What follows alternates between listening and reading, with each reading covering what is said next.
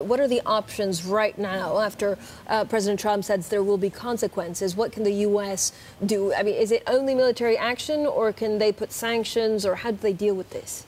Well, two things. First and foremost, every lawmaker that I spoke with yesterday in and out of the Mark Zuckerberg hearing, I asked about Syria. Whether they're a Republican or a Democrat, lawmakers on Capitol Hill are united in the sense that there must be some military component of a response with regards to Syria.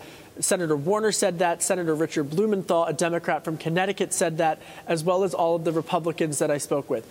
On the second point, there has to be some type of sanctions also addressed in this, and it has to go beyond the Assad regime. This, according to, again, Republicans and Democratic lawmakers that I spoke with yesterday. They feel that the targeting of oligarchs surrounding the Assad regime, as well as with Russia and Vladimir Putin, that has to continue, and I think you're going to see that. We should note President Trump announcing yesterday that he was canceling his attendance of the Peru summit at the second half of this week. He was scheduled to be there on Thursday and Friday. Instead, he is sending Vice President Mike Pence in his place.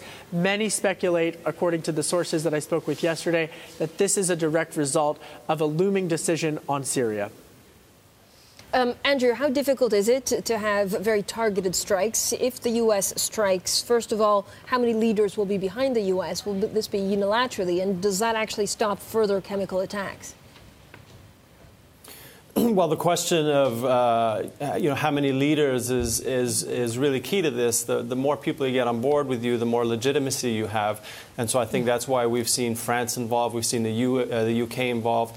We even saw Saudi Arabia's Crown Prince Mohammed intimate that they might want to get involved. But the longer you take, the more difficult it gets, in the sense that, if you're Syrian right now, you probably want to take any asset that's of value, or your family, and just park yourselves right next to the Russians, because it's unlikely that the U.S. will want to hit any Russian assets in Syria. So you have a bit of a race going on in terms of seeking legitimacy, seeking the backing, but at the same time making sure that if you hit something, you can actually make a difference.